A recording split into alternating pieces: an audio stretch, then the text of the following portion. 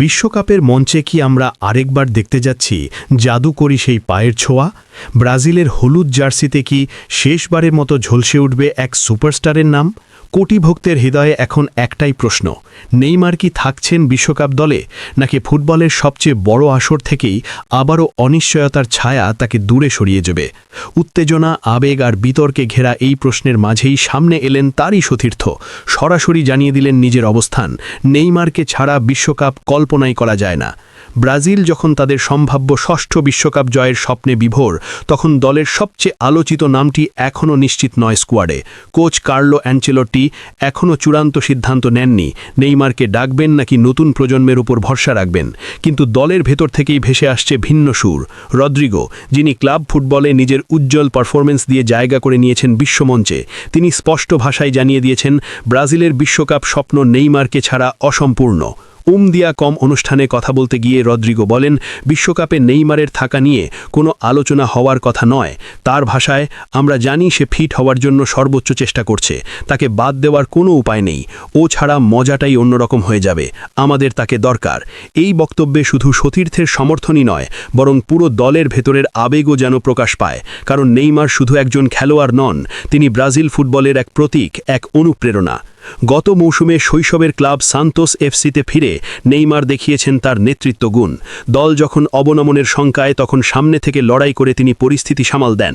সমালোচনার মাঝেও প্রমাণ করেন তার প্রতিভা এখনও নিঃশেষ হয়নি, তবে ভাগ্য আবারও তাকে থামিয়ে দেয়। 22 ডিসেম্বর 2025 হাঁটুর মিডিয়াল মেনিসকাস ইনজুরির চিকিৎসার জন্য তাকে অস্ত্রোপচার করাতে হয়।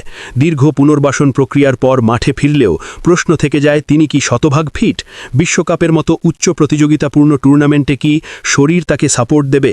নতুন মৌসুমে অবশ্য নেইমার নিজের ফর্মের আভাস দিয়েছেন। সর্বশেষ ম্যাচে জোড়া গোল করে জানান দিয়েছেন তিনি এখনও ম্যাচ ঘুরিয়ে দেওয়ার ক্ষমতা রাখেন। কিন্তু আন্তর্জাতিক ফুটবলের চাপ আলাদা, আর বিশ্বকাপ তো আরও বড় মঞ্চ। এখানেই কোচ অ্যানচেলোট্টির ভাবনা। তার কাছে গুরুত্বপূর্ণ শুধু আবেগ নয়, কৌশল, ভারসাম্য আর ফিটনেস। ESPN ব্রাজিলের প্রতিবেদন অনুযায়ী 26 জন সম্ভাব্য দলে ইতোমধ্যে 18 জনের নাম চূড়ান্ত করেছেন কোচ, যেখানে এখনও নেইমারের নাম নেই। তবে দরজা পুরোপুরি বন্ধ হয়নি। চূড়ান্ত স্কোয়াড ঘোষণার আগ পর্যন্ত বদলে যেতে পারে অনেক কিছু। এদিকে ইতিহাসও রদ্রিগোর কথাকে শক্তি যোগায়।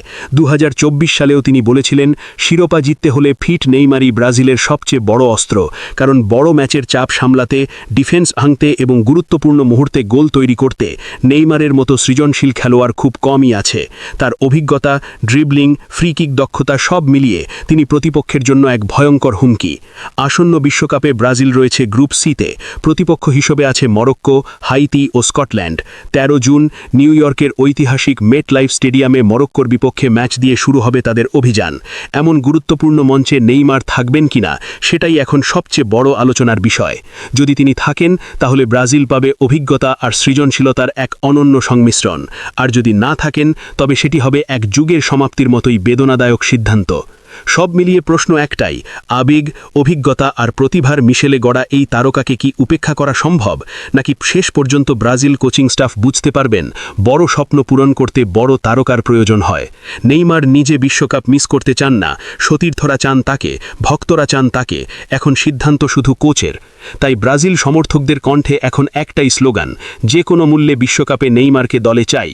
কারণ বিশ্বকাপের আলো, চাপ আর নাটকীয়তার সঙ্গে নেইমারের নামটা যেন অদ্ভুতভাবে জড়িয়ে আছে। আর যদি সত্যি তিনি শেষবারের মতো বিশ্বমঞ্চে নামেন, তাহলে সেটি হতে পারে ব্রাজিল ফুটবলের ইতিহাসে আরেকটি স্মরণীয় অধ্যায়। এখন অপেক্ষা শুধু সেই চূড়ান্ত ঘোষণার।